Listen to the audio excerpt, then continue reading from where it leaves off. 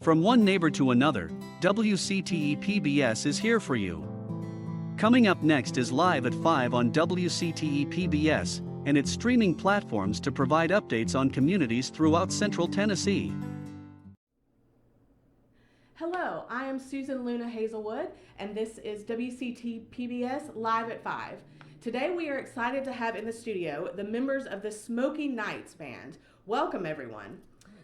The Smoky Nights, these members, this is not the entire band, but this is some of the members. This is Lily Nguyen, Anthony Nguyen, and Eric Collins. They had their first studio album, Burning Bridges, in 2019. And they have a new album coming out titled Waking Up in Wonderland that will be released on September 14th.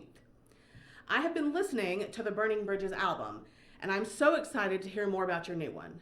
Why don't you first tell us a little bit about your background and how the band was formed and that sort of thing? Sure. So Lily and I moved to Cookeville about 7 years ago, and we've been here ever since. We met Eric when Lily was going to Tennessee Tech University. And we kind of all just got together and we loved playing music, so we would start out playing cover songs at bars, and then we originally started writing music, and Burning Bridges came out just 2 years ago. That's wonderful. You want to add something, Lily? Yeah, I believe we do over 400 covers. 400 covers, wow. Yeah, it's crazy. That is a lot. About how much time does it take you all to record an album? The recording process for Burning Bridges actually was done in 4 days. We did the recording for Waking Up in Wonderland in just about 2 weeks. It was 10 straight days. Wow, that's a lot. And I know there's so much more that goes into albums than just getting in the studio and recording it. So I know it's actually a lot more time that you all spend on it. So you do have a new album coming out. Yes. It is your second album, and it's Waking Up in Wonderland, and it will be released on September 14th. So would you like to say anything specific about this album, about the process? Well, the songs have a lot of influence from Waking Up, Alice in Wonderland. So I have this beautiful blue dress right here. You can see it. And we were hiking in the forest in these crazy outfits. We actually got our costumes from Spotlight here in town in Cookeville. And a lot of the material that we wrote was just kind of about our experiences becoming professional musicians and going on the road and touring. And we wrote some songs on the road, and then back here in Cookeville as well. And just a lot of, it was definitely a more emotional record for us. Wonderful. Do you think that people will have more of an emotional response to this one than your first one? We hope so. I hope so, yeah. I think so. I'd say the second album's a lot more varied in terms of tone and emotion than the first one, because we were able to go a lot deeper with the songwriting process this time, since we're more experienced as musicians. Well, that is wonderful. So I know that you are not the only members of the band, although you do most of the songwriting. Would you like to say anything about your other bandmates?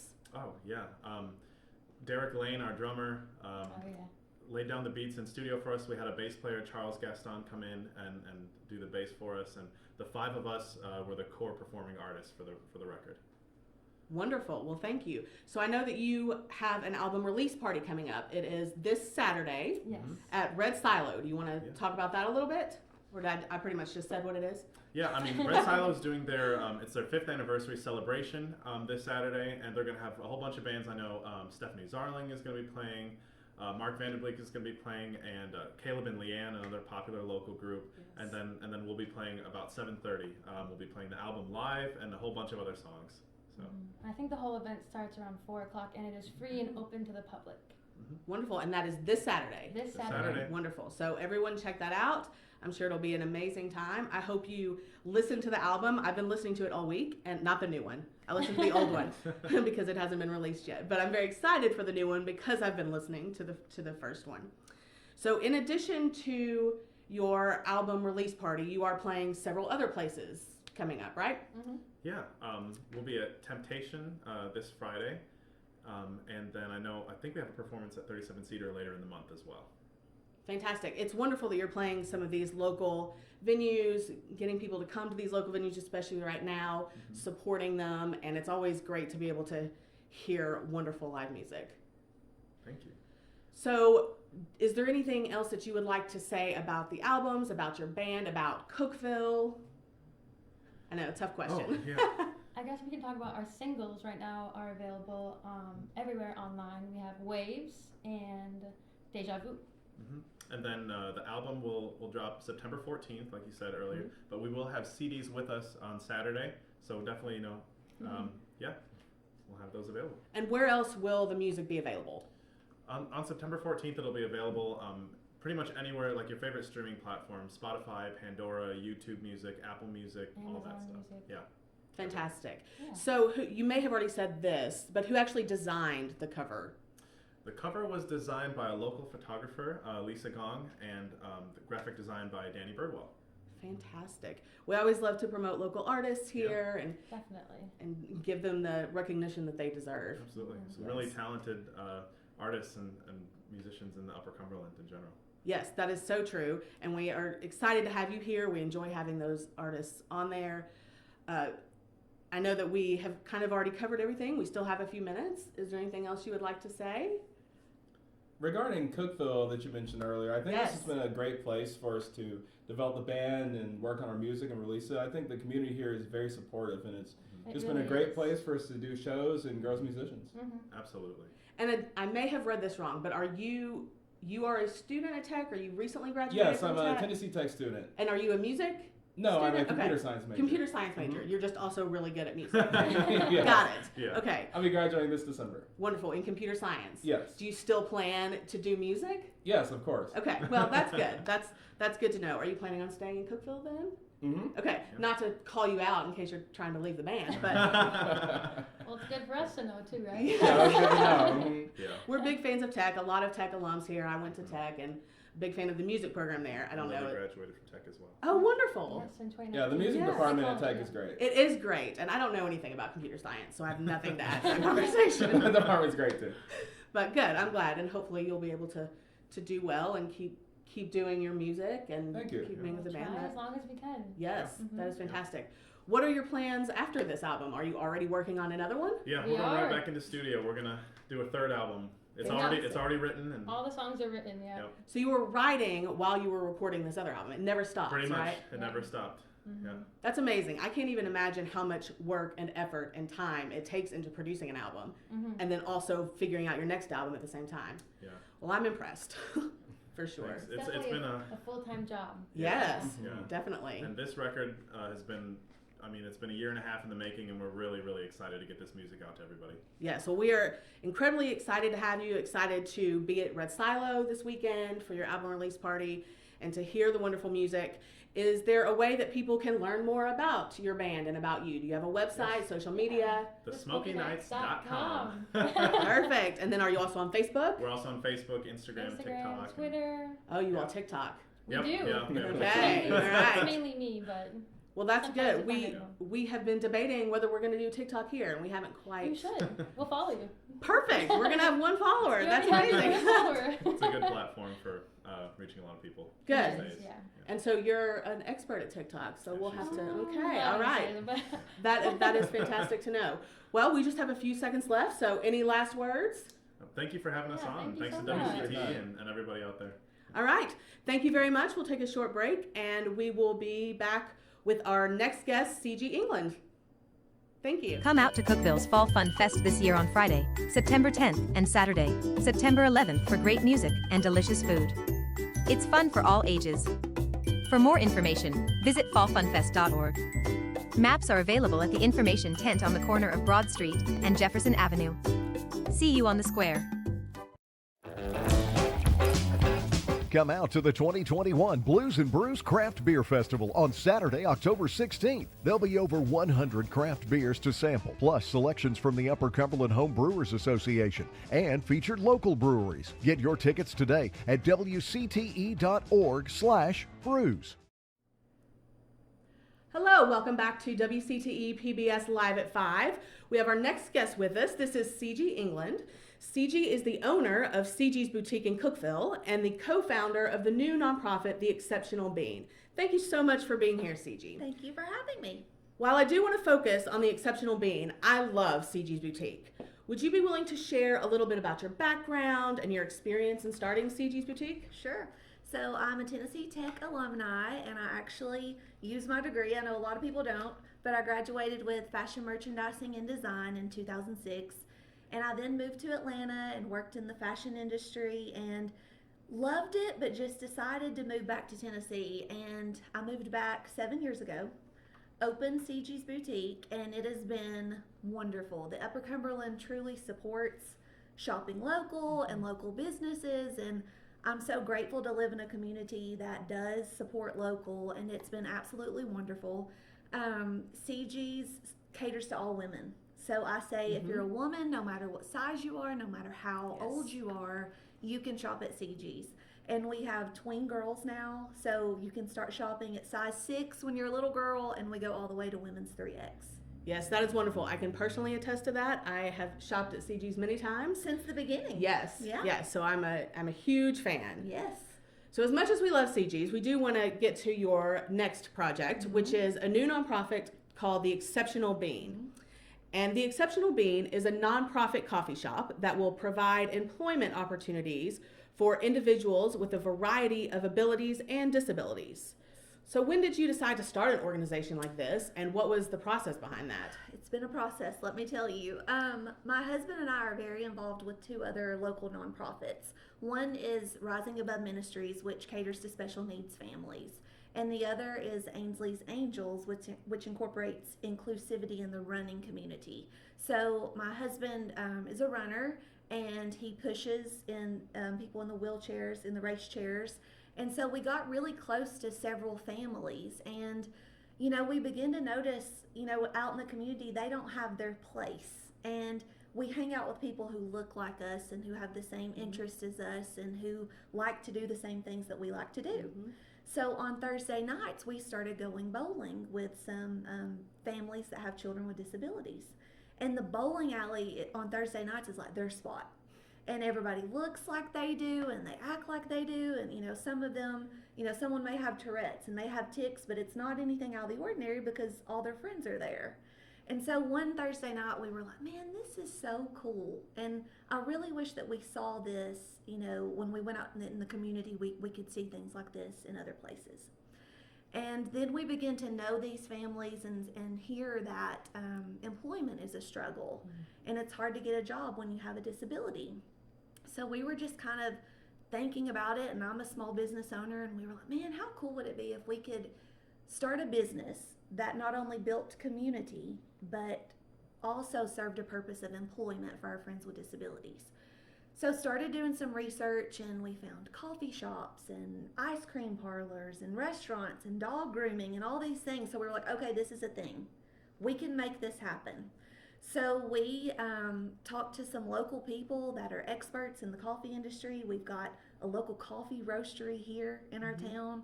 We have people that are willing to serve this community. And long story short, all this happened in April of this year. Oh my gosh. So this is quick.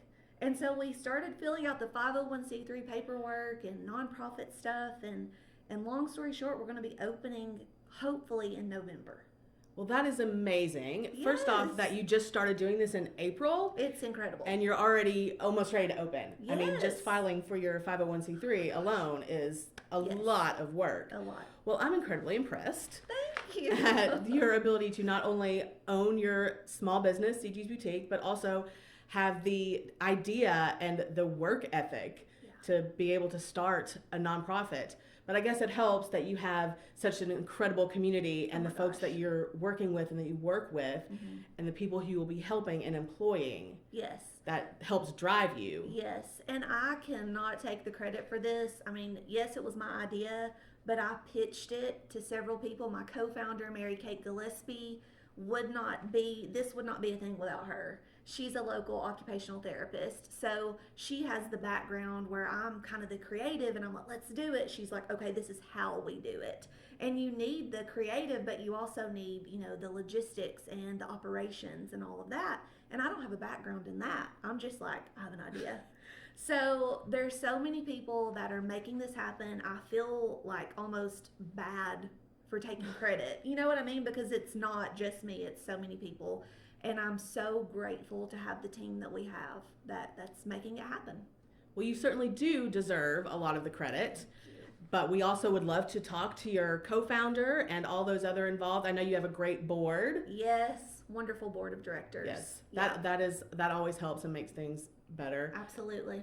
And so Absolutely. being able to have a good board and have people behind you and a community to support you. I know that when you first announced it, I immediately was like, what are you doing? What is this? How can I help? Yes. So I'm sure you had a lot of other people in the So community many. reaching out, Yeah. offering to help. That's the kind of the community we live in. And Yes. that's one reason we choose Cookeville. Absolutely, absolutely. And I think also so many people, have a family member, or maybe your best friend's brother had Down syndrome, or everyone has a story to where they know someone with a disability. So that's why this is such a personal initiative. And when people hear about it, they're like, oh, I want to help. How can I help? What can I do? And it's such a cool thing, and it's almost like, why has this not been a thing before? Yes. It's a no-brainer. Yeah. Well, Truly. I'm glad that you were the one that had the idea and the ability to do something with it. Yes. That's a pretty incredible thing Thank on you. its own. Thank And you. I know that this is going to be an incredibly successful organization for so many reasons We hope and for so. so many people. Yeah, we hope so. So how can people find out more information about the Exceptional Yes. Bean? So we are on Instagram at The Exceptional Bean. We are on Facebook at The Exceptional Bean. Our website is theexceptionalbean.com. Should we talk about where we're going to be? when we Yes, open? definitely. So we're going to be at North Washington Crossings, which is where Roots Salon is. It's 1127 North Washington Avenue here in Cookeville. It's such a cool space. There's a lot of new businesses that are opening there, and it's going to be kind of like a very unique space for Cookeville. There's not any other building really like it. So we're really excited to be there. Just a really cool location. Yes, so a new organization that does not already exist here in a Mhm. new location with up and Yes. coming and brilliant businesses and organizations. Yes. It's an exciting time for this community. Very exciting. And I'm so grateful to all of the other coffee shops in town. They've been so supportive. Good. They know that, we're not trying to compete. And coffee is such a communal thing anyways. Mhm. And so everyone is like, how can we help? Can we help in your training?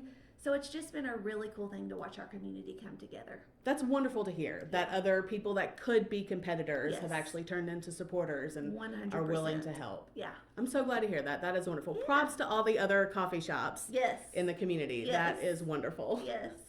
So really quickly, we just have a few seconds left. I do want to mention that Cigi's Boutique is on Spring Street, 416 East Spring Street in Cookeville. She recently moved. She's in the same little area, but just a slightly different spot.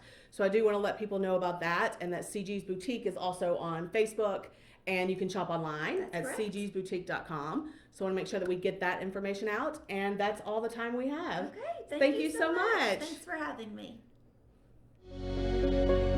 As researchers study the effects of COVID-19 in the body, they're finding that this virus works in many of the same ways as other deadly infections like Ebola and the measles, by destroying blood vessels. Blood vessel damage happens due to lifestyle factors in heart disease and other conditions. But the way the coronavirus works is different. Whereas other things that can harm blood vessels, like high cholesterol and smoking, they actually damage the surface of the blood vessels, kind of like you would damage the surface of a road by dragging a big piece of equipment on top. Think about it this way. If you actually were trying to look at potholes on a highway, but you actually had people digging from underneath the pavement, destroying it from underneath. This damage can lead to the wide variety of COVID-19 symptoms, since the virus can affect any of the body's organ systems.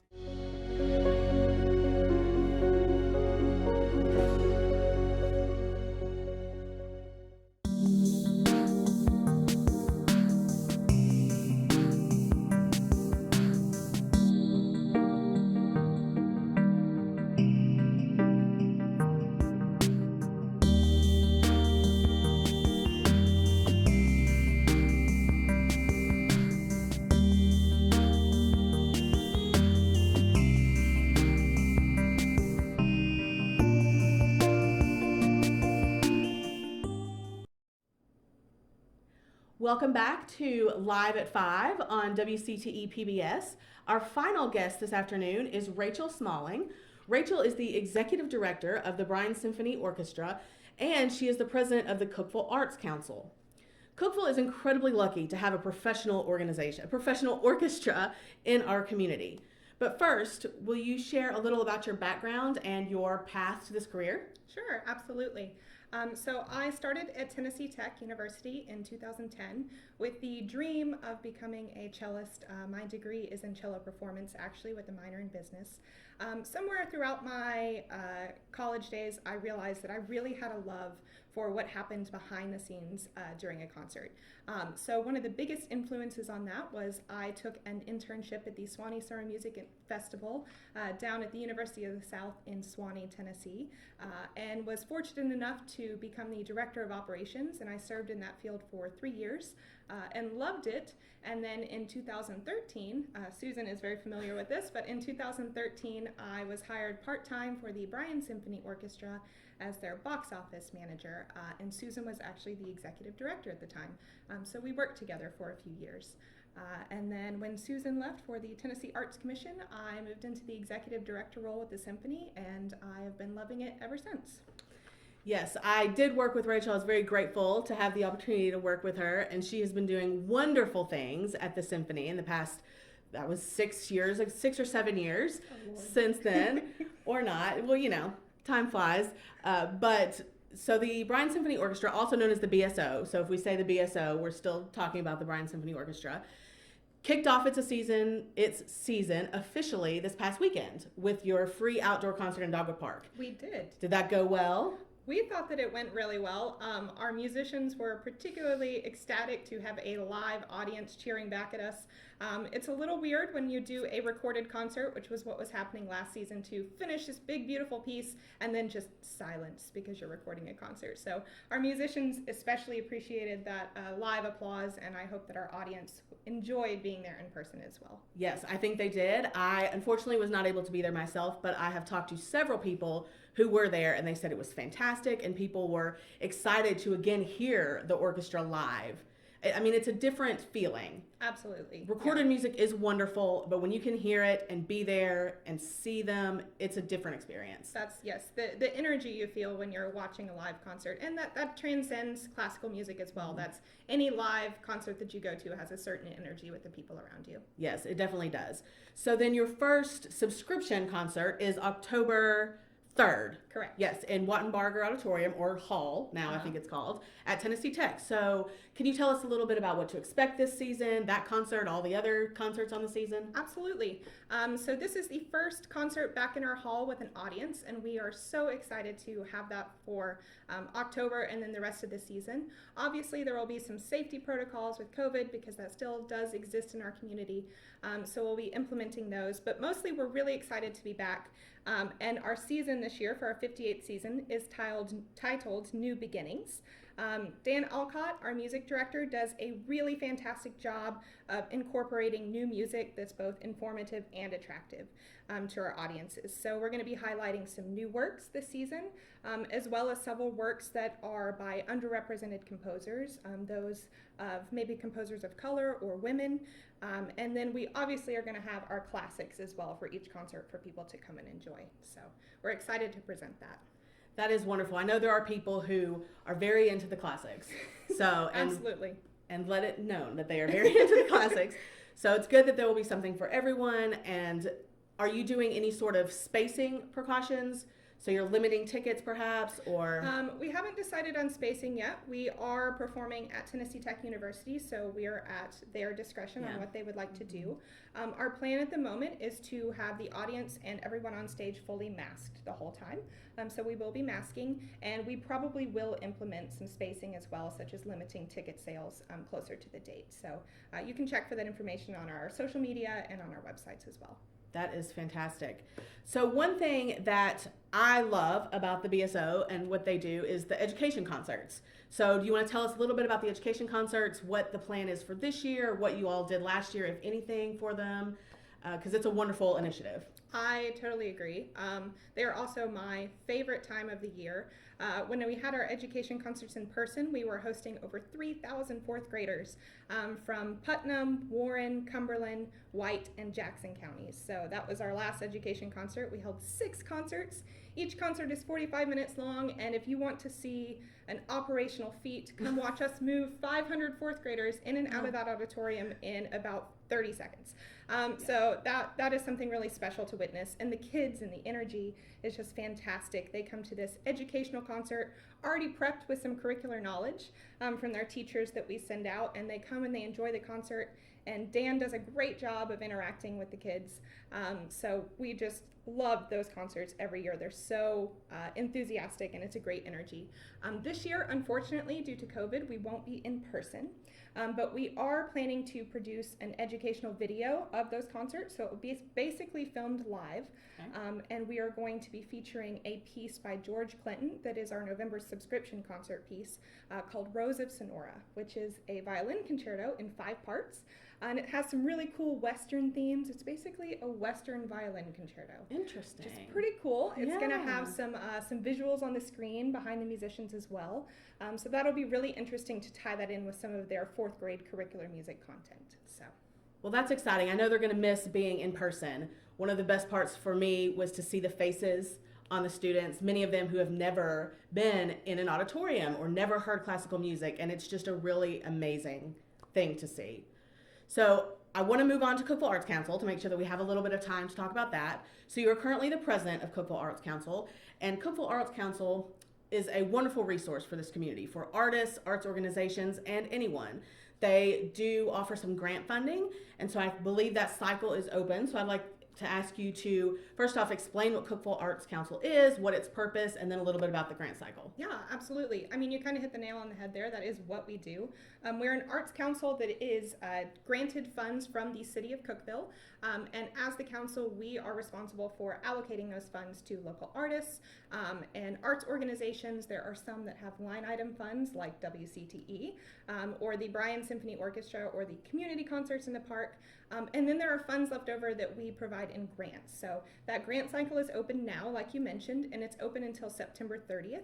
Any artist or arts organization or someone has an arts program that they're trying to fund in Cookeville or that benefits Cookeville residents is able to apply.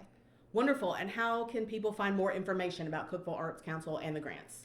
So you can follow us on Facebook. Those grants have been announced there at Cookeville Arts Council. You can just type that in. Or you can email cookevillearts@gmail.com for more information. Wonderful. The Cookeville Arts Council has funded many wonderful projects over the years, and so I'm excited to see who applies and who gets funding this year and what wonderful projects they will do for the community. If you are interested in learning more about the Bryan Symphony Orchestra, they are also on Facebook. Correct. And Instagram, Absolutely. I believe, and bryansymphony.org, I believe. I'm trying to correct. remember all of that. So please correct me if I'm wrong. We are looking forward to a fantastic season at the Symphony. I know a lot of people are looking forward to getting back in person and not having to view everything online. And I encourage you, if you have never been to a live performance of the Symphony, to please take advantage of the fact that we have one here in Cookeville. It is a gem. We are so lucky to have it. They are incredible musicians, and I encourage everyone to check it out and to go listen. Please go to the website or call. What is your phone number? 931-525-2633. Yes, thank you. And if you have any other questions, feel free to contact her in any way. Do you have anything else you would like to add? I think that pretty much sums it up, but I second what Susan said, and please come join us for a concert this season. We would love to have you in the audience. Wonderful. Thank you, Rachel. This is Rachel Smalling of the Bryan Symphony Orchestra and the Cookeville Arts Council. Thank you for watching WCTE PBS Live at 5. From one neighbor to another, WCTE PBS is here for you. Join us for the encore on Sunday at noon. We will return with a live news show next Thursday at 5 p.m. Thank you for watching.